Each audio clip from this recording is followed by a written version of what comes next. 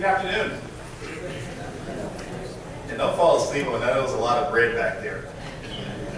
A lot of you not on Atkins diet. I'm not. Everybody say this. Everybody says drink your own milk. Say drink your own milk. That's why we're here. We have Pennsylvania gas and we need to drink our own milk. Do you agree? All right. My name is Freeman. I am the Market Development Manager for Chesapeake Energy for natural gas vehicles. And today I'd like to talk with you a little bit about converting your vehicles and driving on natural gas, give you a couple of tidbits and facts that you may know, that you may not know.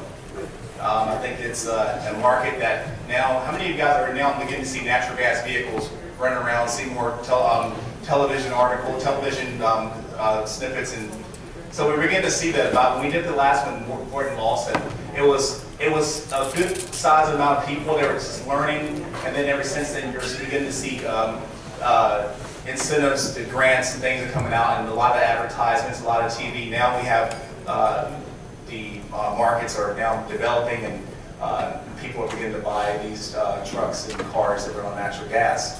A little bit about Chesapeake Energy. We're the second largest producer of natural gas in the United States, one of the most active drillers in the United States, and we also are pretty active here in the Marcellus as well as the Shale.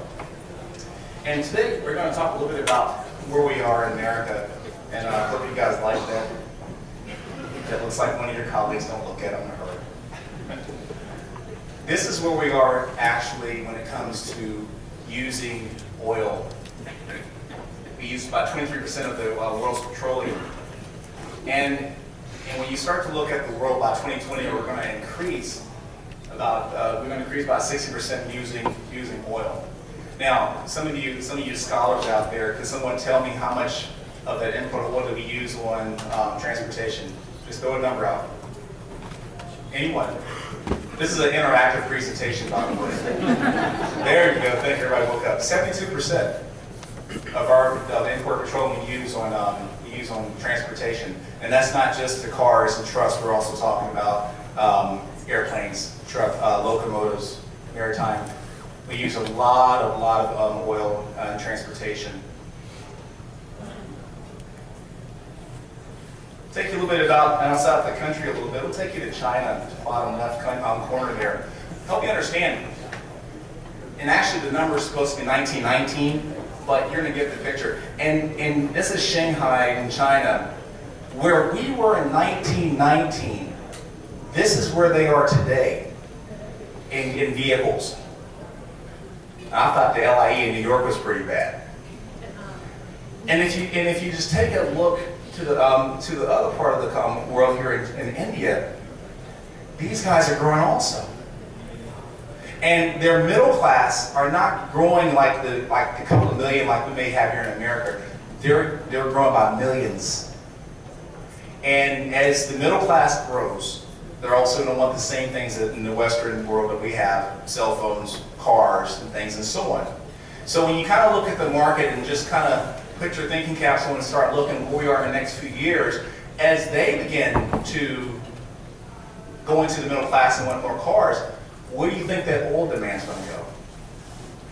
So when you start looking at the prices, we're at 360, 353, 360 here right now. Remember a couple of years we were about 295 and we were still complaining. And it went down to 290, we got a break at the pump. How many remember it went to $4? And you went to $4, also went down to 395, so we got a break at the pump. So this psychological manipulation over time, you're going to start to see it's not going to sustain itself, and the prices are going to continue to go up for fuel just because of the global market that we also are affected by. Whether we admit it or not, we are there. Now, let's take a look where we are in the world here today. So if you look at natural gas, interactive presentation again, who has the most vehicles that run on natural gas? Anyone can look, I'm going to give you a tip. Look on the bottom middle corner and tell me who has the most natural gas vehicles in the world. Pakistan. Those of you who can't read that, it's 2,740,000 vehicles that run on natural gas.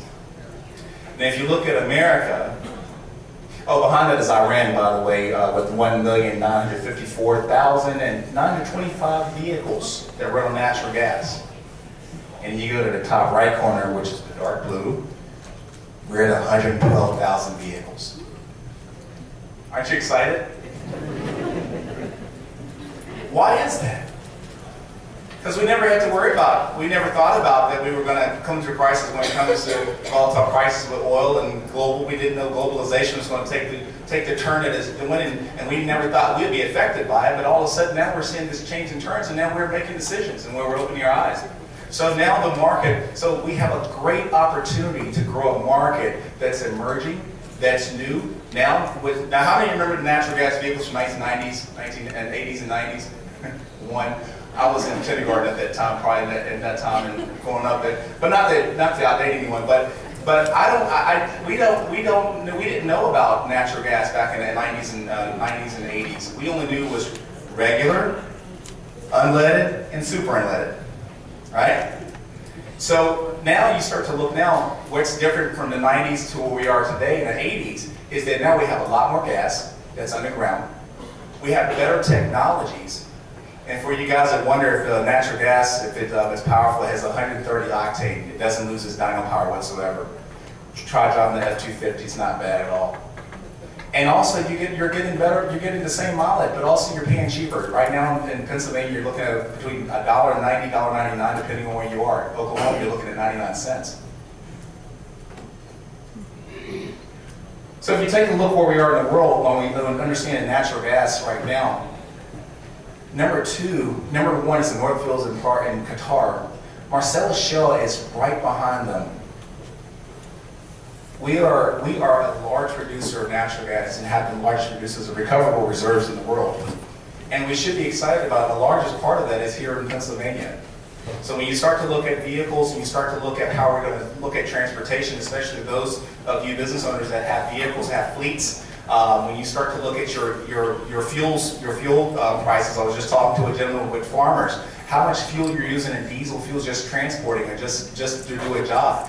You're going to start to find that if you can cut your prices in diesel or whatever you're using for fuel, you're going to understand that once the infrastructure, which we are getting here, you're going to start to make a difference. You're going to start to see you can take that money and start saving and reallocate it in your businesses in other areas if you can start saving and get these paybacks for these vehicles, whatever you're driving. Now, this is where we were a few years ago as you start seeing the imports for the past decade. We were doing a lot of imports into about 2010. Now, you'll start to see around 2010 that we start producing more of our own oils and gas and reserves. And now at this point in time, we actually are taking a big dent out of the import market right now where we're producing out of our own country. That's something to be excited about and also bringing innovations. Now, one of the things that people get a little skittish about and say, well, you know, what about the prices? You know, what happens when the markets start to get popular, or are our prices going to change? Are we going to start paying the same prices for natural gas as we're paying for regular fuel now? Well, we did some studies here, and if you look at the bottom right, you look at $2 of commodities, we were really low, and we're at $4 at 50 cents per GGE, and GGE means gas gallon equivalent. But if you look at $8, you're still looking at about $1 GGE, still lower than you're paying for regular gas or diesel. You're not going to see too much of a difference there. The price is going to stay pretty solid and stable for a long period of time. We looked at about 2025, the prices are not going to go up at this point in time as we understand right now. I don't know if you guys can see that. The first rebuttal I got when I first started doing this in 2011 was, where are the gas stations? Where are the gas stations? Chicken and the egg. I got tired of hearing it after the first year. Now I can promise them to tell you, and all those little dots on the map, whether they're orange or they're pink or they're green, those are natural gas stations, ladies and gentlemen. And I would like to submit to you, after this grant round that's going to open up here soon, you're going to have a good number of more gas stations, probably between 15 and 25 new stations in the next 18 months. You have new natural gas stations, and we're looking at some stations here in Scranton, Wilkes-Barre, these areas, because there's a lot of low-hanging fruits, trucks, a lot of industry here. The first grant round was for $10 million. Was a great applicants of some great companies out there that applied for the grant. There's a second grant round that's coming around in July that's for $7.5 million. And we're looking for, if you have a fleet, you're interested in applying for this grant, it's a great opportunity to start now looking at your fleet, what you're spending for gas, where your logistics are, and partner with some companies and municipalities and put your grants in. In the next week or so, whenever they decide to release it, you're going to start to also see DEP is going to release what they call the AFIC, or the Alternative Fuels Incentive Grant. This grant is for vehicles that are under 14,000 pounds. That grant will be released. That's going to be a really big mover also in this market as well. So just to let you know that we're getting a lot more grant money. We're also getting money from DCD for infrastructure. A lot more builders are interested in building natural gas stations if they can find an anchor fleet. So for where we were in 2011, where we are today, I can honestly tell you that there's any more of the chicken and the egg. I would say the egg is about scrambled. And I would tell you that the market in Pennsylvania is growing. I drive a natural gas Tahoe that runs on biofuel, so I can run between here and there, so I don't have that range anxiety. But we are also saving as a company. We're saving. I'll go to it in a second. Chesapeake Energy has about a fleet of about 5,000. That's company wide. And we are in the process today. Those of you who live in the Athens area, we're opening up our second. Dandy Mini Marts is opening up a second natural gas station up in Athens, and that's a lot of our fleet is up in that area. Our company, in about 2014, once we convert our vehicles to our cycles, we're saving about $12 million in just fuel savings. Okay. Now, see, and what we're looking at now, you start looking at where we are as a fleet. What we're looking for. Great stories with waste management, a lot of mining equipment, a lot of transit school buses, UPS, for example. These are great ones. There's also an advisory board I'm sitting on in Philadelphia. And we're looking at targeting outreach training to municipalities who want to convert over to natural gas, give them education outreach, something like what we're doing today, to get the municipalities more involved in their fleets and conversion, just because of the cost savings, because it just makes sense.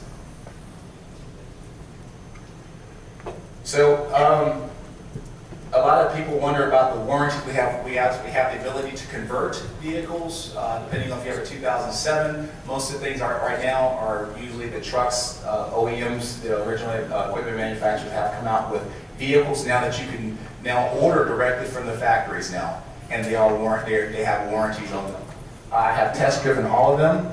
I've taken them out on Cranberry on a ride and drop with dealers, and they do reach 80 miles per hour. Very nicely. In the parking lot, right? In the parking lot, absolutely. Dave's not out there to hear this. So, but they run like a regular, the dealer got in and says, this runs like a regular truck. I said, because it is a regular truck. It just has natural gas in it, 130 octane. So you're beginning to see now, when you're beginning to see Honda, when you begin to see the companies that are now developing these vehicles now from the manufacturers, you're going to start seeing a lot more coming. As a matter of fact, we just did a project where Landy Renzo just did a 300, the Chrysler 300 on natural gas. Very nice car. They also did a X3 BMW biofuel, also natural gas, as a test. We're going to start to roll out later on in the year. And this is just a little bit about our fleet, what we're doing here. The number in PA left from when we have about 45 vehicles here in Pennsylvania. Now, for some of you don't realize that how serious this thing is across the nation. This is a nationwide map. You start to see Frito-Lay, Cox, Verizon, AT&T last year converted over 3,000 of their vehicles already. Frito-Lay has announced that they're buying 700 new trucks to run on natural gas. And you also are going to see UPS also purchasing another almost 1,000 vehicles as well to run on alternative fuels, and then natural gas is one of them, so a big portion of them. So these guys are saving millions of dollars in their fleet savings, and they are also in your area. In waste management, all of their fleets run on natural gas. If you haven't seen some of their trucks, they just opened up a new area there in, I think, Bristol, where they're running on natural gas. They opened up a station. These are some of the dealers, the retailers we've been working with throughout the state. To add on there, I didn't get a chance to add on there, but we have been working with Sunoco. Sunoco is very much interested. Sunoco, for one, has about 1,182 stations nationwide. They are very interested in getting to the natural gas market. So again, the chicken and the egg is now left. We have a lot more retailers that are coming on board, and also people who can build stations, who are willing to build plug and play, or if you want to. If you also even looking for, if you want to do something behind your fence, we have CNG in a box that a peak fuel solution that we have there as well. So there's a lot of different applications that we're looking at now that we're seeing that's happening in the market that has changed since 2011. One of the biggest costs for conversion costs are the tanks. We're working now, we're beginning to see when you have all the supplies, all the technology, and everyone beginning to enter into the market, like 3M Westport. The Westport this year, the Cummins engine, the 11.9 liter will be coming out this year for those who have fleets that carry those type of those loads will be coming out this year. And when you start to see all of the coordination and collaborations, even with the MOUs signed by the governors to support the natural gas industries, this is what makes the industry work, when you have the supports of your legislators and also grants and incentives, which we now are seeing. And I would probably say we have probably some of the most comprehensive grants and monies that are available in the state of Pennsylvania for natural gas vehicles and also the infrastructure build out. And for all of you techies out there, if you are planning a trip and you have natural gas, you are able to go into CNG now, and you can actually plan your trip. And you can actually find out where the gas stations are. You can actually, I think we're beginning to do now, we can actually rate the vehicles, rate the stations, if they're working or not, and you can see how much they cost in your area. So in closing, when you look at the prices today, don't take for granted that you have this gas and not to use it, to understand. When I say drink your own milk, the only way that the consumer, which is yourself and also your family members and also your children's children, are going to see a change in behavior is that they see also that we're responsible, those who understand this industry, to start using the natural gas. Now, and to understand that it's cleaner, it's quieter, your vehicles, the engines last longer because it doesn't have a lot of gunk in the engines. And also at the same time, you can get it for $1.99. And I think that makes sense. I mean, I don't really have to explain anything else. When you say $1.99 compared to what you're paying for gas, I think that makes sense. So, in closing, thank you very much for your time, and hope you have a good afternoon.